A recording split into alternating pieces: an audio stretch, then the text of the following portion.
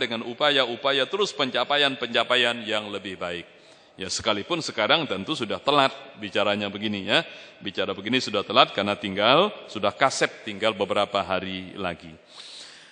Sering ditanyakan kepada saya utamanya ya, tentu juga barangkali kepada ustadz-ustadz lain. Kalau kita mencoba mencari ukuran, kriteria untuk mengukur-ngukur diri kita saja, bukan untuk mengukur orang lain. Jadi jangan pula ini ukuran dijadikan untuk orang lain. Nah, Bapak ini baru Lebaran, belum Idul Fitri. Enggak usah. Kita mengukur-ngukur diri kita. Apa yang kira-kira dapat dijadikan ukuran bahwa kita sudah beridul fitri, bukan hanya sekedar berlebaran. Saya dari dulu suka ditanya begitu dan terus terang memang dari awal-awal itu tidak bisa memberikan jawaban yang memadai. Ya, paling-paling rujukannya surah 30 ayat 30.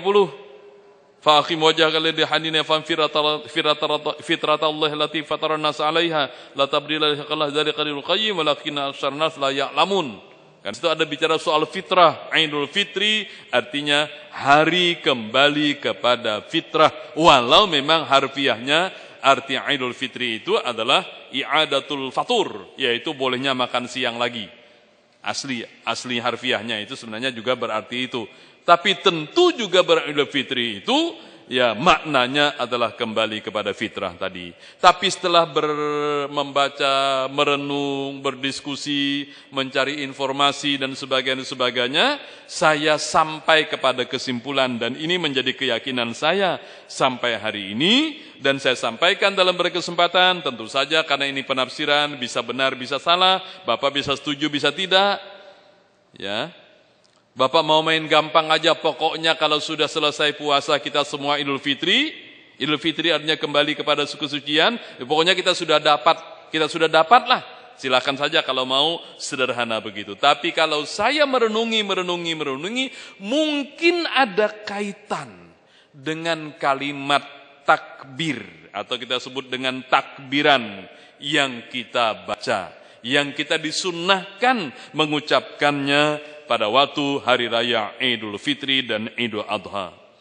Pada waktu hari raya itu terjadi, sudah sampai nanti insyaallah, apakah hari Jumat atau saya kira hari Jumat atau hari Kamis, sebelum pergi salat hari raya dianjurkan kita mandi, berpakaian baik dan bersih dan makan sebelum berangkat, utamanya sebelum berangkat Idul Fitri. Pergi ke tempat salat sambil bertakbir beramai-ramai sepanjang jalan. Jadi sepanjang jalan itu kita disunnahkan untuk bertakbir. Dan kalimat takbirannya sebagaimana sudah kita kenal selama ini. Pergi dengan mengambil satu jalan dan kembali dari jalan yang lain. Artinya pergi dan pulang itu dianjurkan untuk menempuh jalan yang berbeda. Agar silaturahimnya menjadi lebih baik, lebih banyak. Dan dianjurkan pula kita pergi dengan berjalan kaki. Lalu kemudian bahwa salat Id itu juga termasuk khutbah. Jadi di masyarakat kita kadang-kadang utamanya kalau salat Id itu dilaksanakan di lapangan, di tanah lapang, banyak orang menganggap khutbah itu seperti ceramah. Jadi kalau sudah salat kemudian pergi, Pak.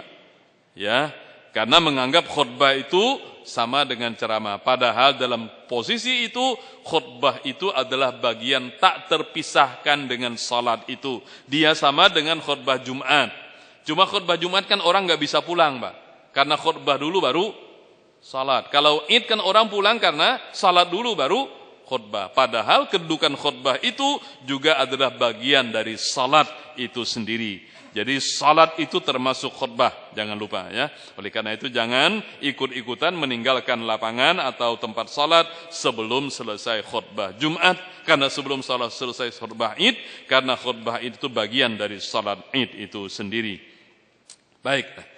Nah, apa kalimat takbir yang kita baca itu sudah kita kenal selama ini. Allahu Akbar, la ilaha illallah akbar, Allahu Akbar walillahil hamd, Allahu Akbar kabira, walhamdulillahi katsira, wa subhanallahi bukratan wa asila, la ilaha illallah wa la na'budu illa iyyah, mukhlishina lahuddin walau karihal kafirun, la ilaha illallah wahdah, sadaqa wa'dah, wa nasara 'abdah, wa 'azza jundah, wa hazamal ahzaba wahdah.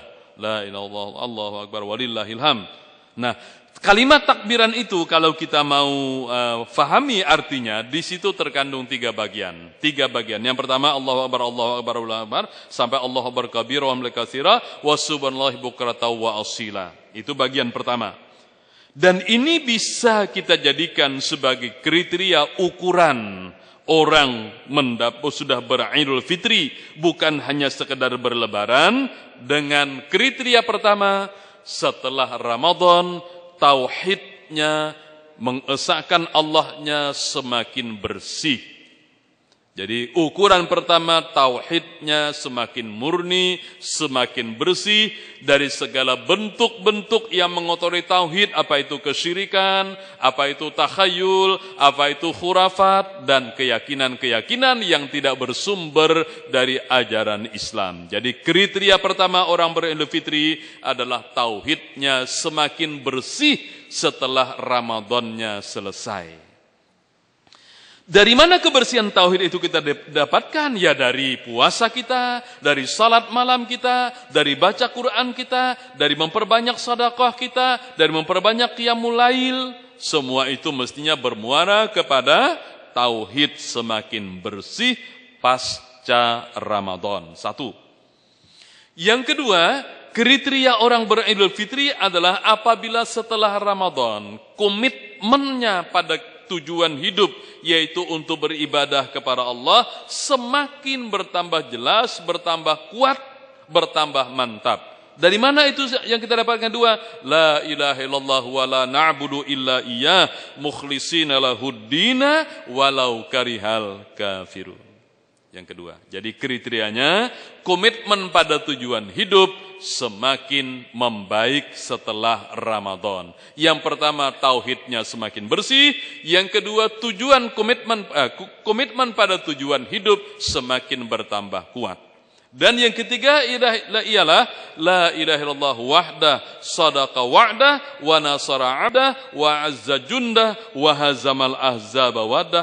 Kesadaran bahwa hidup adalah perjuangan. Kesadaran bahwa hidup adalah perjuangan dari buayan sampai ke liang lahat untuk membuktikan kebenaran keimanan kita, dan itu tidak gratisan. Karena itu sadaqa wa'dah wa nasara 'abdah, dia menolong hambanya, wa azza jundah, dia tinggikan tentara-tentaranya, wa hazamal ahzaba wahdah, dan dia kalahkan, dia izanahkan, dia rendahkan musuh-musuhnya. Untuk apa kita disunahkan menyebut seperti itu? Untuk menegaskan bahwa hidup ini adalah perjuangan. Jadi kriteria orang beridul fitri adalah yang pertama setelah Ramadan tauhidnya semakin bersih. Setelah Ramadan komitmen pada tujuan hidup yaitu beribadah semakin bertambah kuat. Yang ketiga, kesadaran bahwa hidup ini adalah perjuangan untuk membuktikan keimanan kita dari buayan sampai ke liang lahat. Apabila setelah Ramadan dalam diri kita terdapat 3 hal ini, maka itu maknanya kita insya Allah termasuk orang yang beridul fitri. Tapi kalau 3 hal ini tidak ada setelah Ramadan, kita masih sebatas berlebaran. Berlebaran itu tadi bisa dilakukan oleh siapa saja. Bahkan kadang-kadang kita melihat orang yang sepanjang malam jarang terlihat di masjid salat tarawih. Sepanjang hari tidak terlihat banyak bersedekah, berinfak. Giliran lebaran Lebaran Pak, paling heboh Pak. Bisa begitu di masyarakat Pak. Sepanjang malam tidak pernah terlihat salat tarawih. Sepanjang hari barangkali puasanya juga, tapi giliran lebaran malah dia paling. Karena lebaran itu memang ukurannya adalah open house itu Pak. Ukurannya adalah pesta makan-makan, siapapun bisa asal punya duit. Tapi mendapatkan kesempatan Idul Fitri tidak pernah serta-merta. Dia adalah upaya yang dibangun sejak hari pertama kita berpuasa. Dan dia adalah buah dari puasa yang benar. Puasa yang benar akan berbuah menjadi Idul Fitri. Sebagaimana puasa Ramadan yang benar juga akan berbuah kita mendapatkan malam Lailatul Qadar itu. Jadi jangan mikir kayak, ya kayak ketiban bulan gitu, dapat Ramadan kayak dapat apa. Bukan begitu, Pak. Bukan sesuatu yang bisa jadi jangan dipikir Allah dari langit kira-kira begitu menaburkan. Nah, Lailatul Qadar itu dibagikan begitu. Lalu siapa yang dapat tiba-tiba dapat? Enggak. Ini adalah sesuatu yang harus dibangun dari hari pertama kita berpuasa, hari pertama kita masuki Ramadan. Hanya dengan itu kita bisa mendapatkan apa yang disebut dengan Lailatul Qadar. Itu disaksikan atau tidak saksikan secara fisik, dilihat atau tidak terlihat dengan mata kita, ya, terasa atau tidak terasa dengan jasmani kita. Tapi orang yang sepanjang Ramadan beribadah dengan benar, Ramadan itu akan memberikan pencerahan kepada dirinya sampai dia berjanji, saya harus melakukan perubahan setelah Ramadan selesai. Di mana kita mengambil keputusan seperti itu di satu malam, itulah malam Lailatul Qadar bagi kita masing-masing. Kalau begitu, pertanyaan terakhir, apakah Lailatul Qadar itu bisa berbeda pada banyak orang? Para ulama belakang menjawab, bisa terjadi. Mungkin Bapak mendapatkan malam 21 karena Bapak dari awal sudah lebih hebat, lebih full. Tapi mungkin saya mendapatkan malam 29 saja. Karena apa? Karena barangkali dari awal saya bersantai-santai, tidak terlalu hebat seperti Bapak. Mungkin antara kita ini mendapatkan malam 23, mungkin ada yang malam 25, mungkin ada yang malam 27. Dan tentu saja kemungkinan yang terakhir juga ada, nggak dapat. Karena tidak ada pencerahan apa-apa terjadi pada dirinya.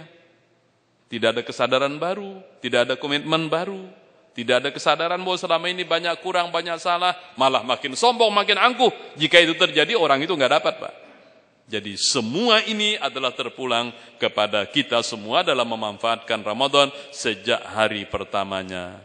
Saya tentu saja kita semua berharap mudah-mudahan dengan rahman dan rahimnya Allah, karena memang kita tidak bisa mendapatkan sesuatu hanya dengan usaha kita kecuali dengan rahmat Allah. Oleh karena itu mudah-mudahan di sisa-sisa terakhir ini, hari terakhir, malam terakhir ini, mudah-mudahan kita bisa mendapatkan pencerahan itu, kita bisa mendapatkan kesadaran itu, sehingga kita semua mendapatkan malam yang lebih baik dari 1000 bulan itu. Amin ya Allah ya Rabbal Alamin. Demikian, mohon maaf. Wassalamualaikum warahmatullahi wabarakatuh.